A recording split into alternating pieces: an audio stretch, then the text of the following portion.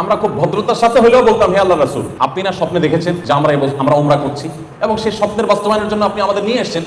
এখন দেখা গেল যে কই আমরা উমরা তো করতে পারছি না, আপনি বলছেন ফেরত যেতে, তাহলে আপনার স্বপ্ন বাস্তবায়ন হলো কই?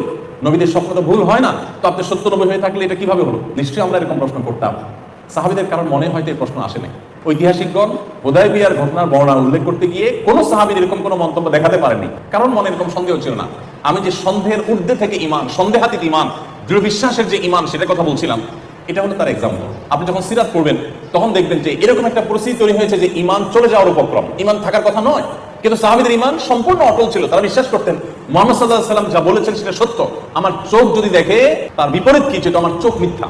সেটা হয়তো প্রমাণ হতে পারে এক সময় যে আমার চোখ মিথ্যা দেখেছে, ভুল দেখেছে, কিন্তু তিনি ভুল বলতে পারেন না। সাহাবীদের সে বিশ্বাস ছিল। পরবর্তী দেখা গেল কি, 1 বছর পর তারা ঠিকই মক্কায় গিয়ে তারা উমরা করলেন। শুধু উমরা করলেনই তা নয়, তারা 1 বছরের ব্যবধানে তারা পুরো মক্কাকে বিজয় করলেন।